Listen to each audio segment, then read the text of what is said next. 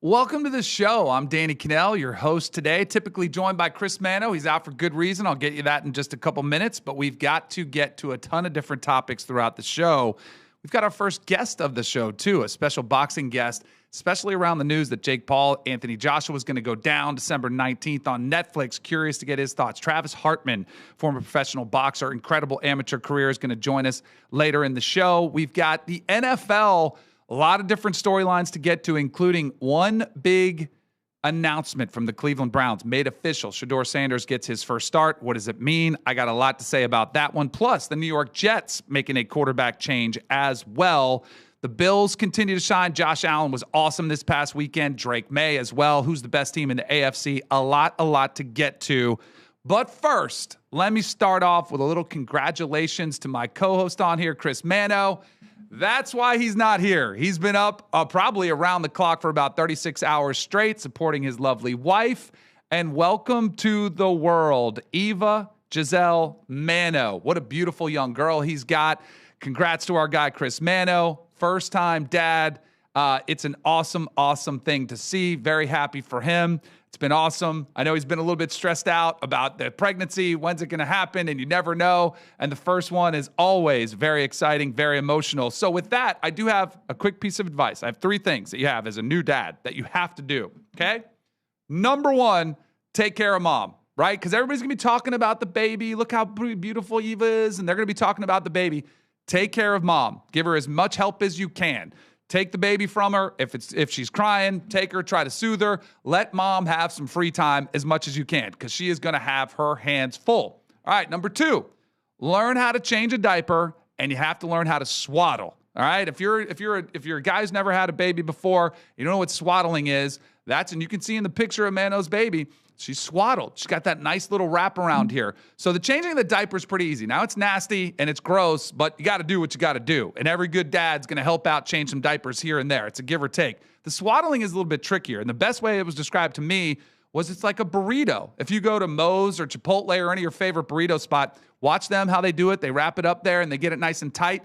You can swaddle the baby. If it's nice and tight, it kind of wraps them in there like a cocoon. They will sleep perfectly, peacefully, can't move around, can't kick. So learn how to swaddle. That is it. Lastly, number 3, and probably most importantly, try to keep a date night with your wife. Now, this one's a little bit trickier, especially early on. This doesn't have to be in the first couple weeks, but I would advise in the first couple months of a newborn's life that you keep a date night once a week with your wife.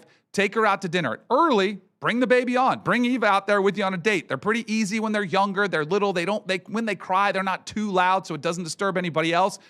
Keep a date night where you get out, keep a sense of normalcy, get out, let your wife get dressed up, tell her how beautiful she looks, and have a great date night out. And then when the baby's old enough and you feel comfortable, even if it's just an hour, you find a babysitter, get out, make your wife feel special. So those 3 things will keep your wife happy. It'll help your marriage. Happy wife, happy life. We all know how that goes. All right, let's get to the biggest story of the day. It's really been the biggest story of the weekend as the internet almost broke. Social media was going insane, berserk, with the craziness around Shedeur Sanders, where he gets his debut for the Cleveland Browns. You had Dillon Gabriel knocked out of the game due to a concussion, and this has been what everybody's been asking for. We want Shedeur. And there's also a crowd that says, what's going to Shedeur do? Because he definitely has his haters. He's got both sides. He does not have many people that are right down the middle. And of course, what do you see? Shedeur goes in there, and I thought he showed some flashes. A couple things that you did see, a couple nice throws.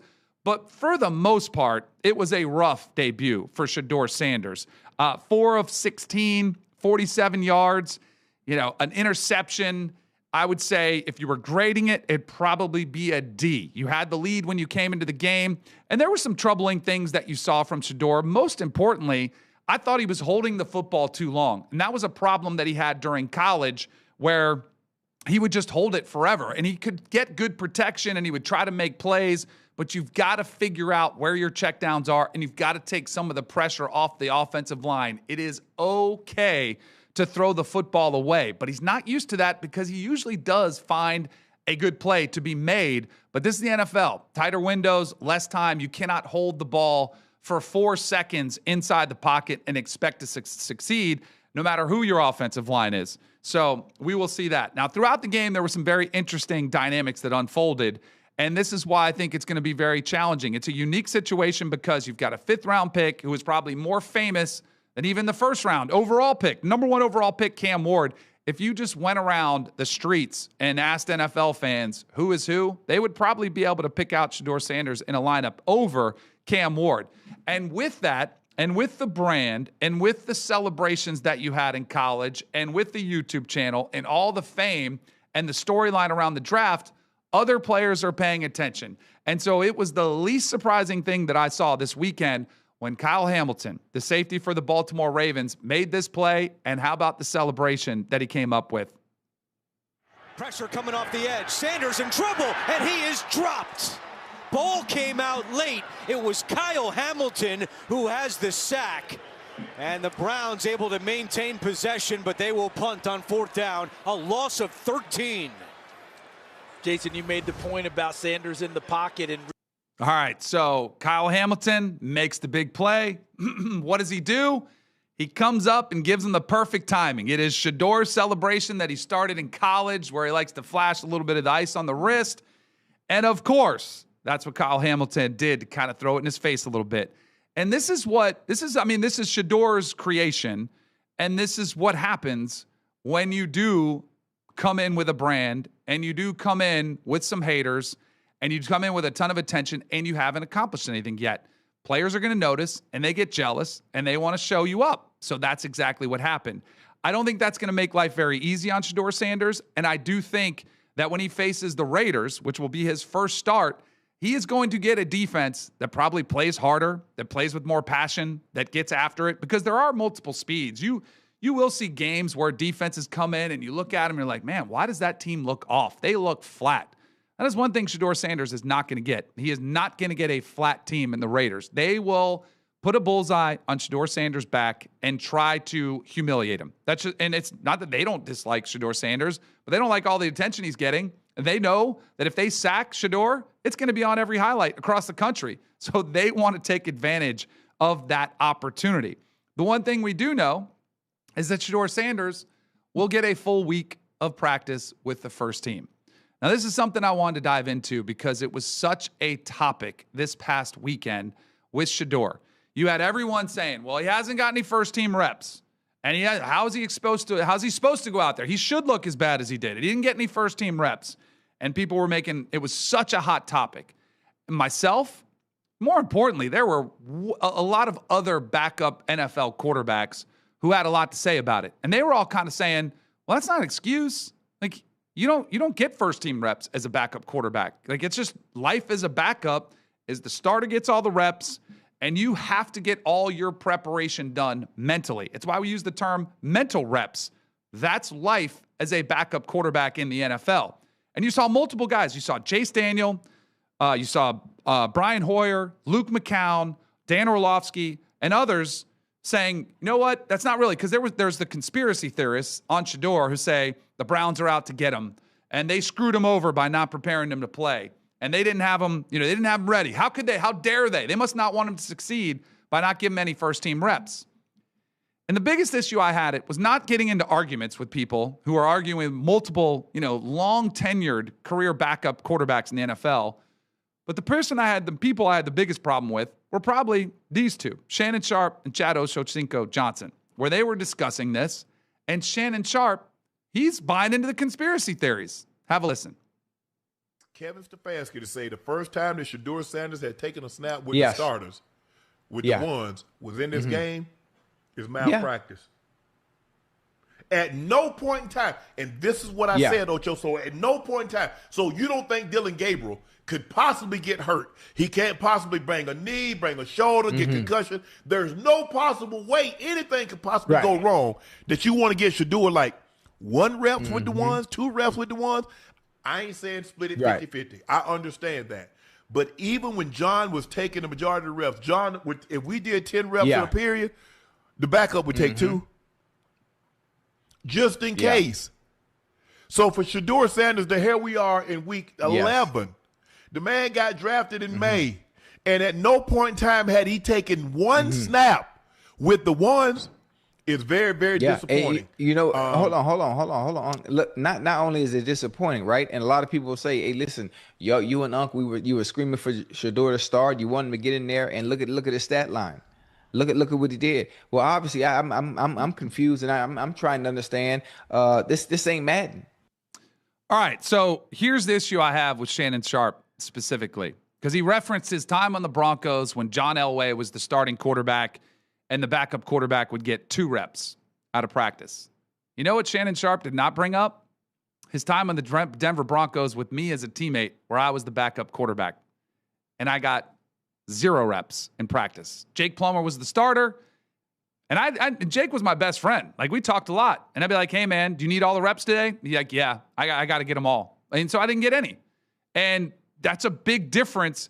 Of course, John Elway, a Hall of Fame NFL quarterback who had multiple Pro Bowls, is like, "Yeah, I'm good. I don't need every single rep in practice. So sure, go ahead and give the backup 2 reps out of the drills." Like, that's going to make the difference. Even if Shedeur did get 2 reps, these guys would be complaining. They'd be saying, "How is he supposed to succeed with only 2 reps?" But all of a sudden, it's been a mark of delineation where it's, "Oh, he hasn't got any reps. How's he supposed to succeed?"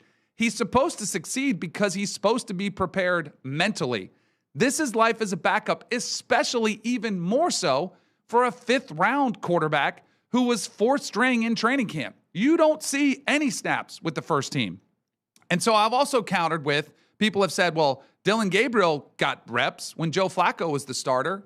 Do you notice the theme? Joe Flacco was 40 years old. He doesn't need every rep in practice. So when Dillon Gabriel becomes the starter, they have to make sure that Dillon Gabriel is ready, because he hasn't had the luxury of playing 5, 6, 10 years, 15 years in the NFL. He needs to see every single look that he's going to get because it's the first time he's ever seen him. So the backup quarterback, unfortunately, this is what life is like as a backup, is you have to prepare mentally. So every time you're at practice, there'll be a script. You'll get a piece of paper like this, and it's probably 4 or 5 pages deep, and it has all the plays written on it for practice. So each drill, you probably get 12 to 14 plays, and this is what we're talking about. When you say 2, it'd be 2 out of 14. So you get them as the backup. You have the script in your hand, and you want to stand right behind the huddle so that you can hear the play call. You know what you do? You say it out loud to yourself. You'll say the play call in your head to practice saying the play. Then as the quarterback's walking up to the scrimmage, mentally, you want to be thinking, all right, what am I doing in this situation? What are my checks? What am I going to do? What's my hot read? If the Mike Sam blitz, am I checking protection or do I have to throw hot? And as the quarterback, the starter, is getting that live rep in practice, you have to read the defense. And you say, okay, they're coming. He should probably check out of this. And then hopefully the starter gets it right. He checks out, and you're like, all right, check. So in your mind, you are going through this process while the starter is. You have to learn how to prepare mentally to be the starter. And that's how you do it. You don't get the luxury of getting out there and going in the rhythm and the timing and the cadence of all those things that the starter does. It's just a reality. Now, sure, you can grab the starting center and you can get a couple snaps with him after practice. He's probably not going to want to do it because he's tired, but you can get a couple. And there's some individual drills before practice. You can get those snaps. You can get comfortable. And you know what you're supposed to do with the cadence, by the way?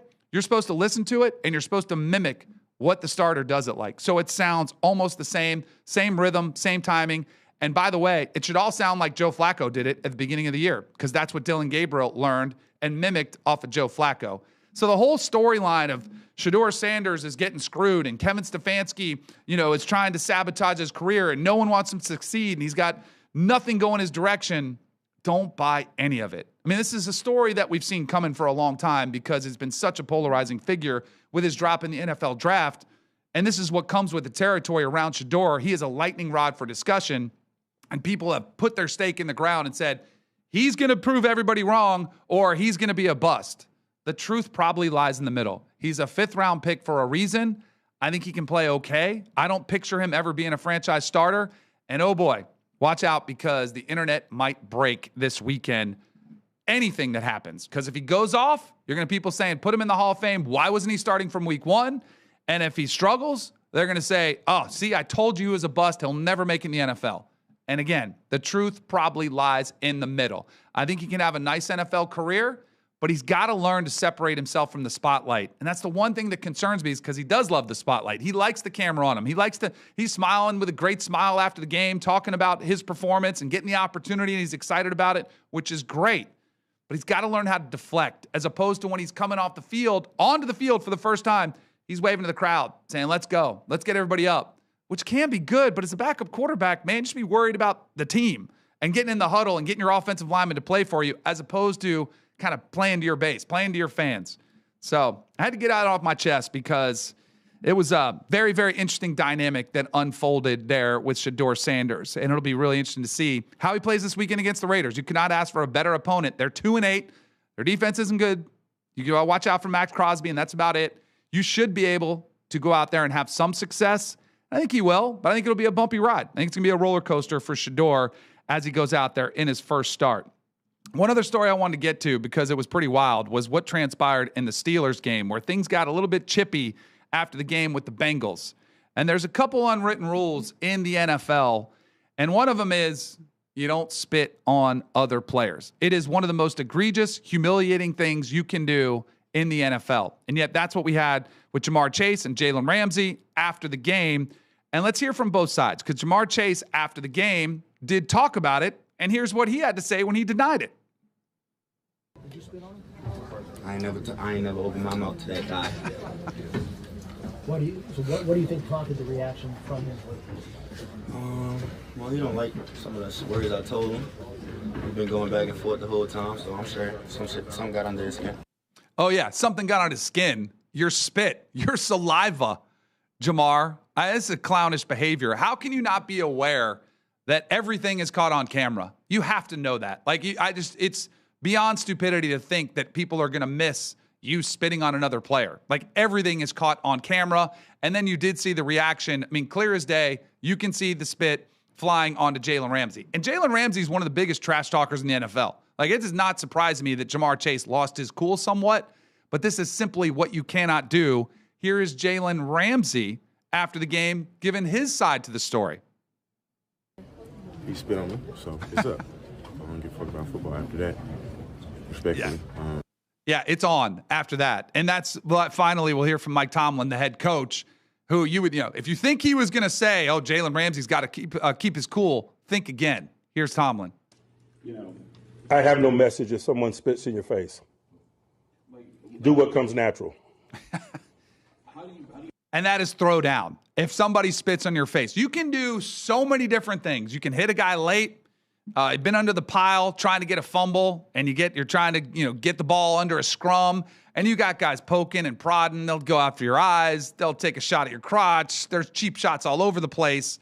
The one thing you don't do is spit on another player. It's the most humiliating, dehumanizing thing you can do, and every single player in the NFL would have the same reaction that Jalen Ramsey would, and I would say almost every single coach in the NFL would have the same reaction that Mike Tomlin did. Go ahead.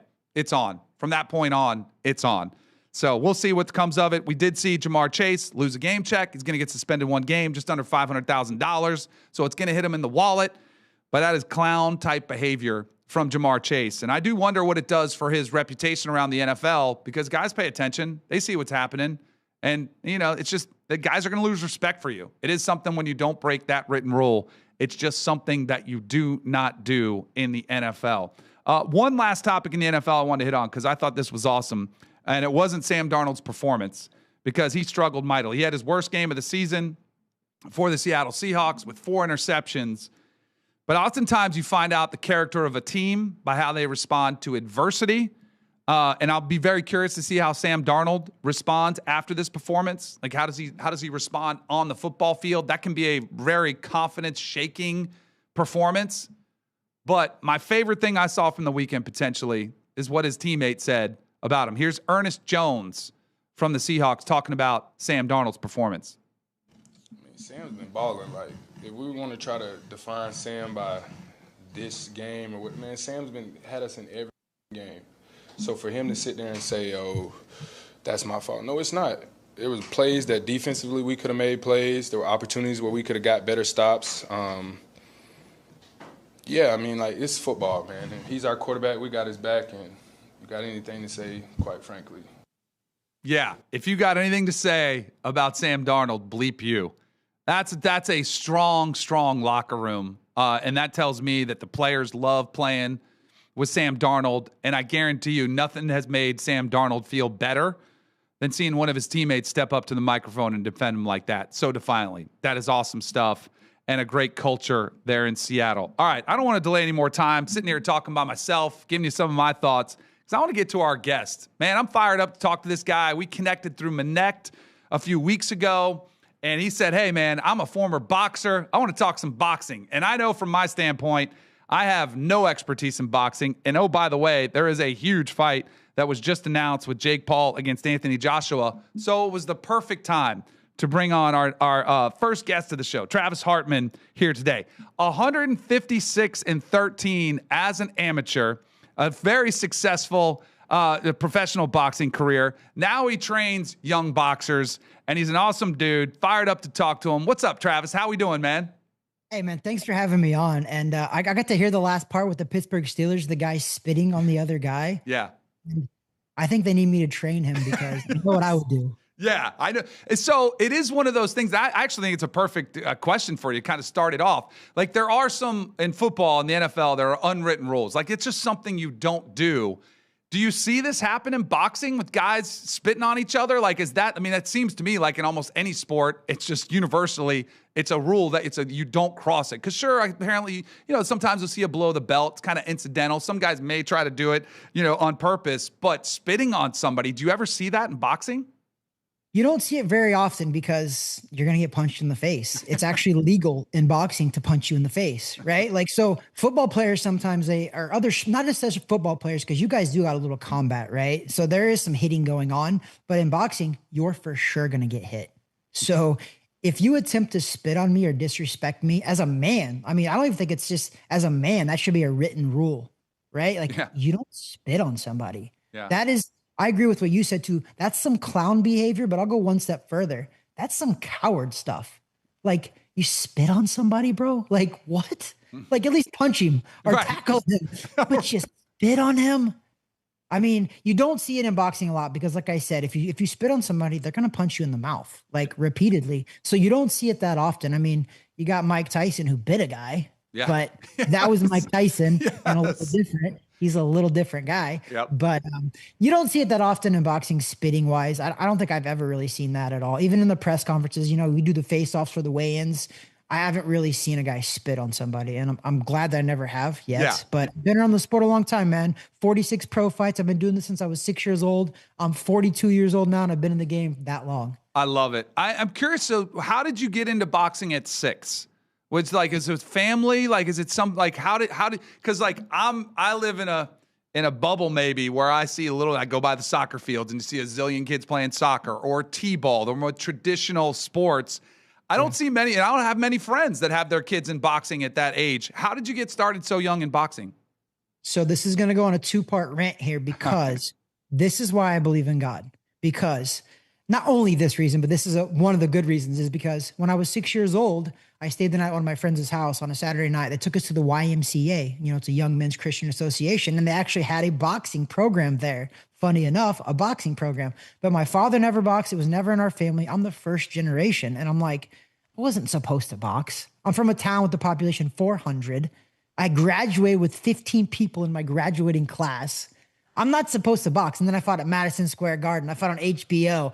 So the long story of that short is I went on a Saturday to the YMCA. I loved it. Came home, tried to convince my parents at 6 years old to get me involved. And my mom and dad were like, no, we're not going to do that. I got 2 older brothers and a younger brother. So finally, I guess I wouldn't shut up. And my dad was like, you know what? Load up. All of us boys are going to go.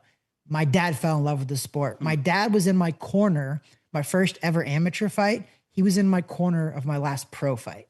Wow. So he's been there through it all. Oh, that's really cool. Did you ever dabble in any other sports, or were you pretty much all in on boxing, like from the minute you started? I was a multi-sport athlete, so I was really good at basketball. My dad was a football guy, ironically enough. He went to Texas. He went to school in Texas, born and raised there. So, football is like godly there. So when we moved to Missouri, my dad's like, and my school was so small, we didn't have football. So I did boxing, but I did basketball, I did baseball, I did golf. I was actually really good at all those sports. I almost scored 1,000 points in my high school basketball career. I was just shy of 1,000 points in my basketball career. Wow. I played traveling baseball. I was a really good baseball player, but at some point, I think about the age 13 or 14, boxing, I think it was kind of one of those things where you could tell that I was going to excel extremely more at boxing than I was the rest of them. I was really good at baseball. I wish I would have stuck to baseball, to be honest. I loved baseball. I loved pitching. I loved all that. But so boxing just kind of took over, and I ended up becoming a 3-time national champ. I got a bronze medal in the Junior Olympics at 15 years old. I was ranked in the USA Boxing magazine at 17 years old, top 5 in the United States. So I think I made the right decision. Yeah, I think so. I think that is a safe one to say. And you've been able to turn it into a business now. Like you are in boxing for life, training young athletes and still keeping it apart. That's awesome. One of my like passions, and when I discuss, because I get asked all the time, I'm sure you do too. You get asked by parents like about youth sports, and I get asked all the time, should my kid focus on one sport or should they play multiple? So I did not know that you played multiple sports, but I absolutely love hearing it because I encourage it as much as I can. And I would say I ask almost every professional athlete that I've ever had a chance to talk to for longer than 5 minutes, what is your philosophy and what was your experience? How many sports did you play as a kid? And I would say 98% of them say I played multiple sports until at least high school. And even in high school, a lot of the professional, football players and basketball players and baseball players, they played at least 2, and a lot of them played 3 sports. And yet, when I tell that to parents, because I get asked by parents who think you need to focus and you need to start playing one position in baseball from the time you're 8, and then you've just got to focus and you just specialize in that sport. And it drives me insane because I have parents that argue with me, well, I need to make sure that I'm playing year round or I'm going to fall behind. And I'm like, no, you need to develop as an athlete. And I think they all help each other. Like, I honestly wish I had taken some boxing as a kid or some fighting sports, something, jiu-jitsu, wrestling, anything, because I think it would have made me a little bit tougher, to be honest with you. As a quarterback, I didn't see much contact, but I think it really would have helped me learn how to take hits and learn how to, go through that aspect of it. Footwork would have been huge for me if I was learning boxing. Do you have similar conversations with parents with, young athletes and young kids that are getting into boxing? 100%. So I'm located right here in Lake Nona, Florida, where it's kind of like a sports mecca right now. Mm-hmm. And ironically enough, I trained Sterling Shepard right before the season, the Tampa Bay Buccaneers wide receiver. I've trained him multiple times. He's got his fiance's 6-year-old I also trained too. But right now I am training. He was a backup quarterback for the Pittsburgh Steelers. Roderick Rutherford was his name. Played for Pitt. He threw every single touchdown pass to Larry Fitzgerald. I'm training his son. His son is a football player. He's 9 years old, 11 years old. And I'm training a lot of kids who actually, their main sport is football, but their parents want them to cross-train with me. So I tell everybody this. Obviously, I'm biased with boxing. I think boxing is one of the best sports ever. But if you look at it, all these pro athletes, whether it's from basketball players, tennis players, golfers even. I train pro golfers. I train pro tennis players. I'm training pro football players. And there's NBA players. Damian Lillard loves boxing, does it during the season. So I highly recommend you do all sports. But I think boxing, it's one of those sports that all of the movements that you have in boxing, it translates into almost every single other sport. You as a quarterback, how you throw your pass is how you throw a right hand.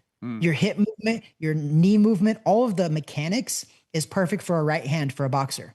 So you probably would have had a mean right hand and you don't even realize it. All right.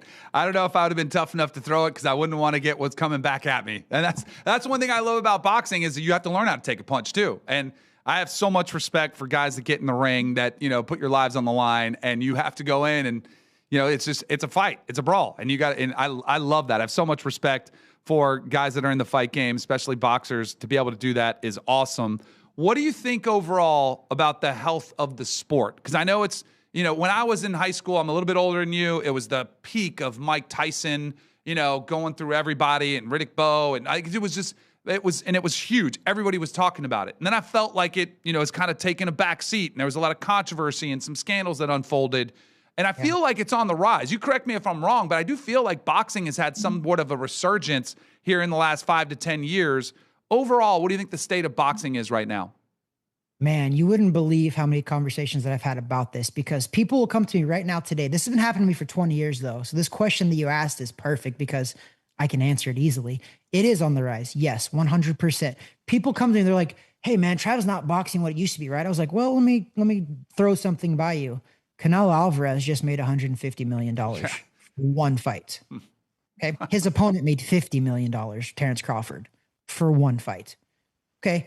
Alexander Usyk fought Tyson Fury. They both made over $100 million. This was just last year. So, and it is a little different because not all of us are making that, clearly, right? We're not all making $100 million. I know that. There's a big pay disparity in boxing when it comes to that. However, even the lower level guys on those cards, some of those co-main events are making a couple $1 million for one fight.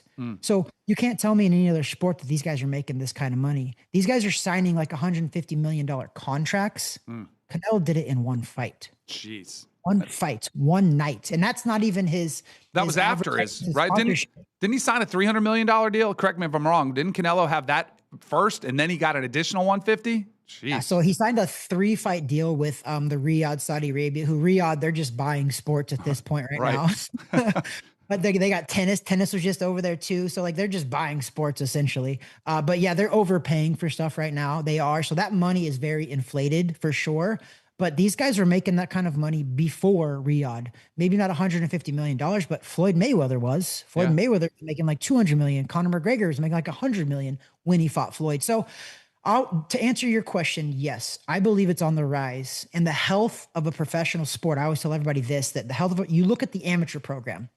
Are there amateurs coming up? And right now in Florida alone, there are amateur boxing matches every other weekend. There are national tournaments all the time. I just went to the Golden Gloves in Fort Lauderdale in April, and it ended up being a tournament that is supposed to be like a couple of days and it's supposed to be like 3 or 4 hours. And one night the matches lasted like 8 hours because they had so many competitors. And I've never seen that. And I'm from Missouri and I've been all over and I've never seen that. I was just like, pros doing good right now, yes, but the health of the sport is what's behind that. And I'm telling you, behind that is a massive amount of kids that want to be professional boxers. So I think the health of the sport right now is on the rise. Yeah. Do you think, so I do want to get into the specifics of the fight with Jake Paul and Anthony Joshua, but is Jake Paul, has he been a plus, a benefit for boxing?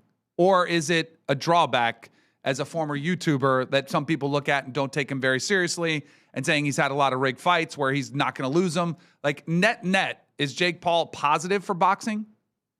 Yes, I think he is. He's bringing different eyes to the sport. But I think what he's mostly doing right now, and he's kind of capitalized on, is the women's movement. He's got the biggest stable of women professional boxers out of any promoter in the world right now. And he's paying them. I mean, Amanda Serrano, I believe, made like $11 million for her last fight. Can you name one single woman's sport in one night where women make that kind of money? People are giving Jake Paul a lot of grief, and it's fine. I know this kid deserves what he gets for the most part. You know, he's the heel, he's the villain. I get it, but the guy's done it brilliantly. I mean, hate him or love him, he knows how to make money. He knows how to sell. And in my opinion, so I knew his coach, BJ Flores. I fought on the same National Golden Gloves team as him. BJ trained Jake Paul for his first 8 or 9 pro fights. So I can tell you for a fact, Jake Paul was taking it serious. His training regimen, they were bringing in pros to beat him up. I mean, literally. And Jake was going through it. Had his nose broken sparring a couple times, showed up to a fight, I believe, with a broken nose even. So I respect that. And people want to say like, oh, how can you respect a guy, a YouTuber that's disrespecting your sport? I'm like, I respect the effort and the seriousness that he takes in the training. Do I think he is a bona fide, legitimate professional boxer like I was? No, I don't. But I do think that this guy's made massive progress. He's not terrible. I tell everybody, he's not as good as his fans think he is, but he's not as bad as the haters think he is. And the more you underestimate him, the more he's going to prove you wrong when he knocks out one of your UFC favorites, which he has. Right. He's done that multiple times. With the fight specifically against Anthony Joshua, I know Dana White, I think he was, I heard him say he's going to get what's coming to him. What all his haters want to see happening is going to happen. Anthony Joshua is a beast. He's 6'6". He's got a pretty significant, reach advantage. How do you see the fight playing out? So, I mean, this fight, I hope that all of the haters tune in because Jake Paul's going to get knocked out. Okay? You do. Yeah. And I've never said that about any of his fights. I'm on record of predicting all of his fights correctly. And people were like, no way, Trav, he's not going to beat this guy. He beats this guy. I'm like, he's going to beat him, guys. Stop underestimating his choice of opponents have been pretty brilliant. Mm-hmm. And even this one is brilliant, to be fair. He's fighting a bona fide guy. He's fighting a guy who's a former world champion. He's fighting a guy who's 6'6", 240 something pounds and can fight, who just had the title, lost it to Usyk, who everybody claimed Usyk's the best in the world, right? Mm-hmm. This guy lost 2 decisions to Usyk. He's legit. He's not a retired Mike Tyson. Anthony Joshua is as legit as it gets, period. So the fact that Jake Paul's fighting him, man, I have props. Like, he gets all props from me because he's going to give everybody what they want to see. They're going to see him get knocked out. But I think what Jake Paul's doing is brilliant because he's buying respect. He's going to get respect from us fighters, even more so because we're like, bro, he's fighting Anthony Joshua. Like, good for him. And I'm going to run something by you that you probably didn't know. So this is Jake Paul's 14th pro fight, right? Mm-hmm. Floyd Mayweather fought a guy named Sam Gerard in his 14th pro fight. Canelo Alvarez fought a guy named Cristiano Solano. Terrence Crawford fought a guy named Derek Campos. Okay. Manny Pacquiao fought a guy named Sammy Scaff. Ali fought a guy named Billy Daniels. Have you ever heard of those guys? Nope. Jake Paul's fighting Anthony Joshua in his 14th pro fight. I mean, it doesn't get better than that. I can't believe he got it. Right. And I can't believe actually that they're going to sanction it, to be honest, because I think he's going to get hurt. That was going to be my follow-up question, because I did see some people saying this is dangerous. Like, this is not a good idea for Jake Paul. So you do think this is something that it could potentially end his boxing career? I don't think it ends it. I don't think he gets that serious there because he is smart enough. He does understand the seriousness of this. So I think he's going to try his best not to get knocked out, but Anthony Joshua is good. You saw what he did to Ngannou. So he's good. He is. He knocked out Ngannou, who's a 6'4", 265-pound guy. I don't think he gets seriously I hope not, right? Like, I never want that from anybody. Even if guys I don't like, I don't want that. I think he does get hurt temporarily where I think he does question the rest of his career. But Jake Paul knows how to make money. Yeah. I don't think he's going to go out on a knockout, a brutal one, because I think this one could be brutal. I do. I think that if his corner has any kind of compassion, they're going to throw the towel in. Hopefully he doesn't get knocked out, but he's getting beat. I promise you guys. And if he doesn't, I'll finally jump on the conspiracy train. I have not been on the conspiracy train for any of Jake Paul's fights. I believe they've all been real. Legit. And they have. It was a 60-year-old Tyson. What'd you guys expect? But it's real. But if somehow he beats this guy, I'm on that fixed train. I promise you, because there's no chance. It's going to do some serious numbers too on Netflix. I wonder how the stream works, because I know they've had issues with other mega events. I'll be very curious to see how, but there are going to be some numbers for that one. What's the fights that are going on this weekend? I know you said there's a pretty good card this weekend. Share with me, tell me who's fighting this weekend and why I should watch. You got David Benavidez fighting Anthony Yarde. David Benavidez is undefeated. He trains out of Miami, actually, at the Boxer Gym in Miami. This guy's huge because Riyadh season, it's over in Riyadh, Saudi Arabia. They're buying everything. Yeah. But Canelo Alvarez has supposedly been ducking David Benavidez. And I don't know if he's ducked him, but he should have fought him. That's how good David Benavidez is. He's undefeated. He's a great fight. He's fighting Anthony Yarde, which is a great fight, and he should. But what's kind of cool about that is there's another interesting stat. The combined record of the main event, combined record of the whole card is 235 wins and only 4 losses. Wow. That's opponents and everything. There's so many undefeated guys fighting each other. David Benavidez is undefeated. He's fighting a guy with 3 losses. Devin Haney is fighting this Brian Norman Jr., who is undefeated. They're both undefeated. Phenomenal fight. So Devin Haney is popular because he got knocked down and beat up by Ryan Garcia. Yep. The social media, went wild. Yep. Oh, and that fight got overturned because he tested positive. So Devin Haney's kind of on his comeback trail as well, but he's meeting up against a guy like Brian Norman Jr., which is big for boxing. It's going to be an interesting fight. And if you have spare time, watch it. I promise you, it's going to be a good card because the guy from Riyadh, Saudi Arabia is paying for fights. He wants good fights, and he won't buy the fights unless they're good. And that's what he's got out there. True story. I had a very, very entertaining, interesting evening with Ryan Garcia. I had a little dinner at PBD's house. They would just finish it because he's been on the PBD podcast. Ryan Garcia has. So when they finished taping, I was trying to meet up with PBD. He's like, why don't you come to my house for dinner? So Ryan Garcia was there.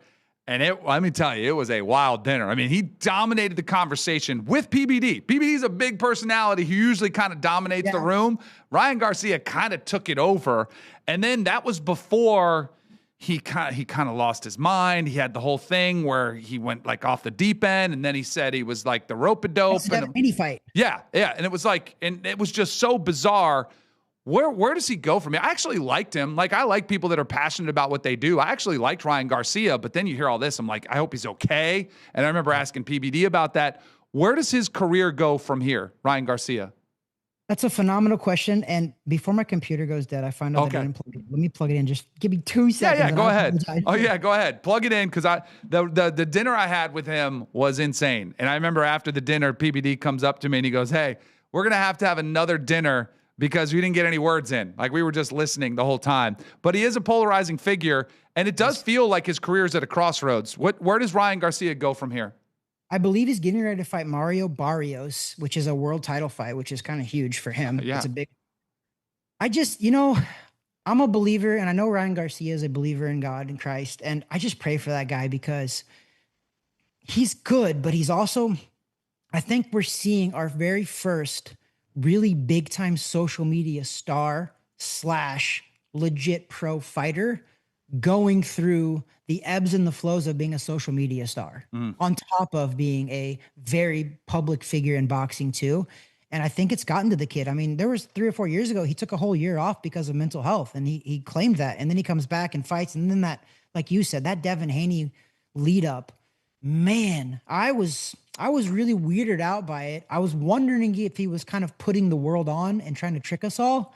And when he won, I was like, maybe he was, but I don't think so. I think that was real. I don't think he was faking that stuff that he did leading up to that fight. He claimed he did. Because he came on with PBD after that fight, and he said it was like a rope-a-dope. He said, you ever heard of the rope-a-dope? I know, but it was like, I remember texting PBD and being like, is your guy okay? Like, because it was serious. And some of the stuff that he was claiming, and you mentioned that he was a Christian. Most of the dinner that we had with him, a lot of it was him preaching, which I was like, I'm a Christian too. Like, I liked hearing him willing to take a stand. And he was talking about being a Christian warrior and how we need more men that are going to take stands. So I appreciated that. But then it would spiral off into some other bizarre place. And it was just a wild, wild night. So I do kind of root for him. I liked him. I like his passion. I think he's a very passionate person. I think he's passionate about Jesus. Like, I'm down with that. But he also seems like he has some demons for whatever it is. Like, he has some issues that are going on. And I think he's somebody worth praying for sure. Because I do think he can be a positive force if it's channeled the right direction. And he is, staying on the right path. He seems to be so far. I mean, I think we all have our demons, right? Like, everybody has their own demons. Just some just come out a little more than others. And I think his are coming out on a very global platform, and we get to see everything. Yeah. Right? Can you imagine if the social media was around, like when Michael Jordan was coming up? Yeah. Would Michael Jordan still be considered the GOAT? And I always say, I'm like, I don't think so. Right. He'd have haters. Right? Yeah. And I think the biggest aspect is really the mental toughness. Like, I have a 13-year-old daughter, and we're trying to build up her confidence. She's probably the best athlete in my family. She's the youngest. She works really hard, but it is all between the ears for her. And I'm trying to tell her, I'm like, and she's negative self-talk, and it drives me nuts. I'll pick her up from practice. She'll be like, I had a horrible practice. I'm like, why? She's like, I just was horrible. I'm like, well, no, I'm sure it wasn't as bad as you make it out to be. And I think that's just a small example, but I think there's so much negativity coming to athletes as soon as they get in the spotlight. Like, I don't know. I wouldn't have made it. Like, hearing the negativity constantly, because if you have an account, and I don't care if it's if it's a burner, whatever it is, somebody's going to find out. Somebody's going to say you suck, and those negative comments resonate more than 10 positive comments saying you're the best. And you hear that. It is a constant battle. I don't know how you stay off social media because it is a powerful tool, but I would tell, and I've told young quarterbacks that I've worked with or that I've talked to in college, stay off of it. Like, do have somebody in your family run your account. Do not look at the comments, but then somebody texts you something that was said about you. It's just impossible. And I think it's creating, it already is. There's a mental crisis in our country, and I think a lot of it has to do with screens. But for athletes specifically, I think there is a crisis of confidence because of what they're dealing with on social media. I 100% agree. I think that right now I'm training young kids. I am a young father. I have 3 kids now. I have 18-month-old twin boys, 4 little girl. So I'm in the thick of that for sure. But I tell my athletes, I'm like, whether you can or you can't, you're generally right. And it's true. Like what's going through your mind is going to come out eventually. You can't be negative talking all the time. Yeah. Right. There's some athletes that will say some negative stuff to like motivate them. Fine. But I promise you, they're not talking negative all the time. Yep. There might be brief moments, but it's so true. And it's mental warfare. And I tell everybody, once you get to the pro level, everybody's good. I promise you, everybody's good, right? They're capable. It's whoever's mentally stronger separates themselves from everybody else. And that's when you see good athletes. You see good athletes, you see great athletes. And that's the difference. It's mental. It's between the ears, because people ask me all the time, they're like, how much of boxing is mental compared to physical? I go as high as 90% mental, 10% physical. And I stand on that. And I promise you that, man, most of the time boxing, it's tough, man. Like, it's tough mentally because you're on a global stage as a man. You don't want to get beat up in front of everybody.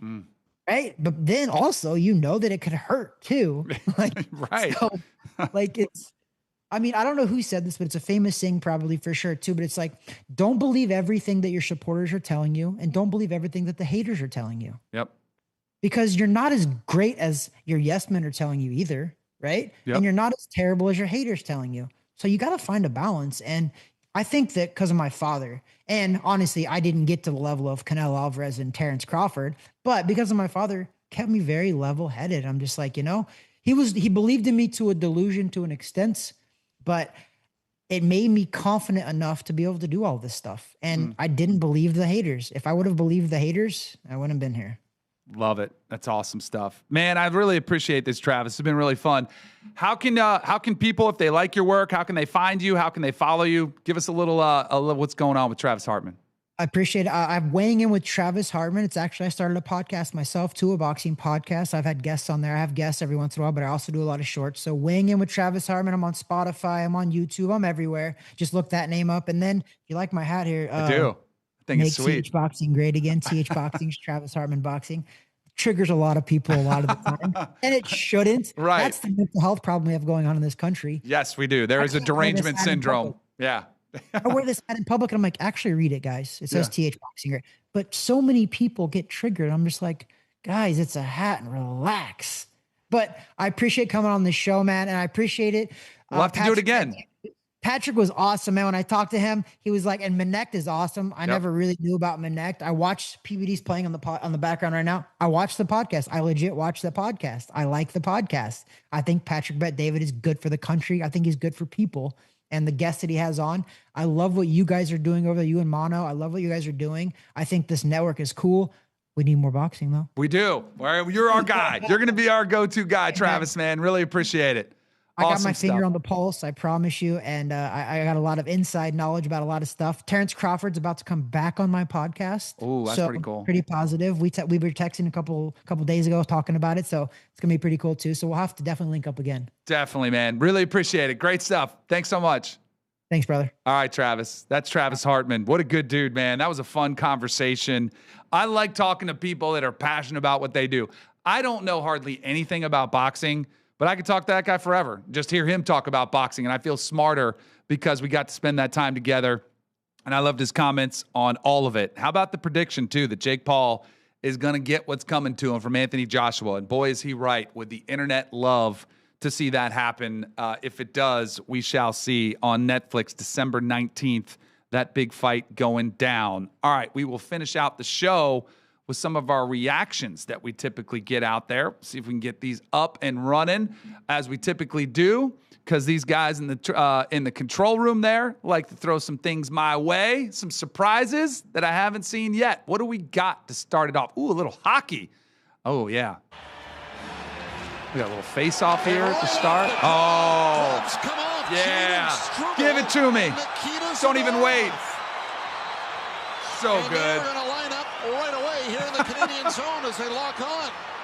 So good. And Shedeur starts with a couple right. Struble back with one of his own. This is my favorite. The two defense had this set up off the opening draw. I mean. Well, you know they didn't line up against each other, so this started in the warm-up. Struble had straddled the red line as they continue to throw blows. So good. That's it. A little pat on the back. They'll go to the... So I feel like we need this in every sport. I feel like every sport, if there's bad blood, rather than have it mess up the flow of a game or get a penalty late, if it's an NFL game, you could have a unsportsmanlike, cost your team 15 yards. You know, in baseball, there's a benches clearing brawl and it takes time and it's like in the 7th inning or whatever. Let's just get it out of the way. That's one of my favorite things. We saw that happen with USA and Canada in the hockey experiment that took place with the exhibition tournament as opposed to the All-Star game. That was awesome. I absolutely love it. All right, what do we got here with Wemby going on the NBA? Dude, the dude's a freak. Oh, there he is, of course. Who's mixing up a little mismatch there with Draymond? Good luck trying to defend that. I mean, he's trying to get physical with him, saying, hey, you big, tall, skinny guy, I can take you down. I can get physical with you. But nope, there is no defense for that. And with the help over the top, Wemby still puts it down. The dude is a unicorn. And look at, I mean, Draymond, what are you talking about? You just got dunked on. What are you going to do? Boy, he loves talking. He loves the sound of his own voice. And Wemby's like, nope, not me. All right, here we go. This is a good one. What do we got here? Ooh, that was a good catch. Yeah, he snagged that one. That was a good catch. Ooh, he took his ankles. He did. He put the brakes on that boy. Why would they run cover 2 when the offense isn't spread? I know, right? What's wrong with these dudes? That was a terrible route. That's not even how you run a post corner. He didn't even sell the post. He just rounded the route. But that's really Mahomes' fault, doing all that damn dancing. Like, how does nobody know how to tackle him? Just keep contained. Oh, that's so good. I love how that one turned out. She gives a little bit of football knowledge, then she starts getting deeper, and he's looking at her. He's like, uh-oh, I don't know. And then all of a sudden, she starts looking really good. Well done with some of those surprises for me to finish out the show. Again, our guy, Chris Mano, big congrats to him. We'll get him back here next week, but he is a new dad. Give us a follow. Give me a follow at Danny Kanell. Make sure you follow, subscribe to the YouTube channel, and always connect on Connect. I'm on there. That's how I hooked up with Travis Hartman. You can hook up with me too on Connect. We'll see you next week. Have a good one, everybody.